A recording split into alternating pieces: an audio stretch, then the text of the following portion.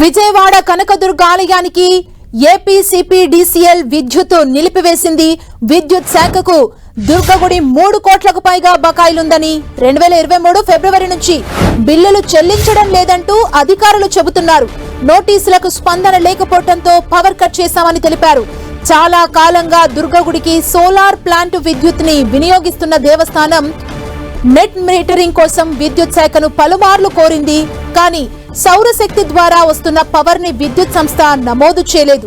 అధికారుల నిర్లక్ష్యంతోనే బిల్లుల చెల్లింపులో ప్రతిష్టంభన ఏర్పడిందంటుంది దేవస్థానం. భక్తులకు ఇబ్బందులు కలగకుండా జనరేటర్లతో ప్రత్యామ్నాయ ఏర్పాట్లు చేసింది. అయితే విద్యుత్ అధికారులతో ఈవో చర్చల అనంతరం విద్యుత్ సరఫరాను పునరుద్ధరించారు.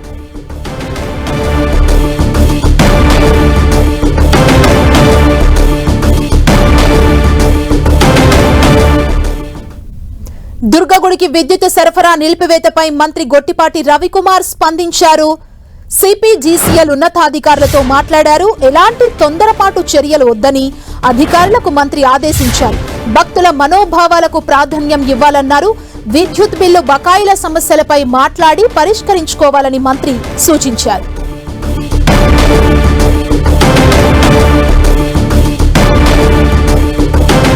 ఇక ఈ ఇష్యూకు సంబంధించి మరింత సమాచారాన్ని మా ప్రతినిధి జయరాజ్ మనకు అందిస్తారు. జయరాజ్,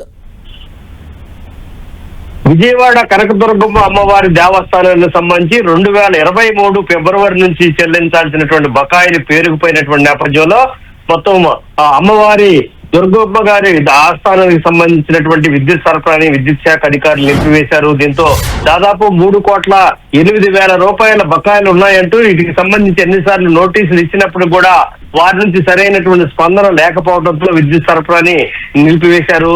దీంతో పెద్ద చర్చనీయాంశంగా మారింది. అమ్మవారి దేవస్థానానికి సంబంధించినటువంటి విద్యుత్ సరఫరా నిలిపివేయడం ఇది కోట్లాది మంది భక్తుల మనోభావాలకి సంబంధించిన అంశం కాబట్టి దీనికి సంబంధించినటువంటి చర్యలు చేపట్టాలని భక్తుల నుంచి వచ్చినటువంటి విజ్ఞప్తి ప్రభుత్వం కూడా స్పందించింది. కొద్దిసేపటి క్రితమే విద్యుత్ శాఖ మంత్రి గొట్టిపాటి రవికుమార్ కూడా దీని మీద మాట్లాడారు. ఇరు వర్గాలు కూడా కూర్చొని మాట్లాడుకొని ఏ విధమైన తొందరపాటు చర్యలు వద్దు అని చెప్పేసి విద్యుత్ శాఖ అధికారులకి మంత్రి సూచించారు. 2023 ఫిబ్రవరి నుంచి కూడా బిల్లులు చెల్లించలేదని విద్యుత్ శాఖ చెబుతుంటే బకాయిలపై పలుసార్లు నోటీసులు ఇచ్చామని అయినప్పుడు కూడా స్పందన లేకపోవడంతో హెచ్టి లైన్ నుంచి అధికారులు విద్యుత్ సరఫరా నిలిపివేశారు. అయితే దీనికి సంబంధించి కూడా గతంలో దేవస్థానానికి సంబంధించి సోలార్ ప్లాంట్ ద్వారా ఉత్పత్తి అయ్యేటటువంటి విద్యుత్తుని విద్యుత్ శాఖ వినియోగించుకుంటుంది. నెట్ మీటరింగ్ కోసం విద్యుత్ శాఖని పలుసార్లు కూడా కోరినప్పుడు కూడా సాంకేతిక కారణాలు చెప్పి ఇప్పటి వరకు కూడా దీనికి సంబంధించి ఈ విధమైన చర్యలు చేపట్టలేదు.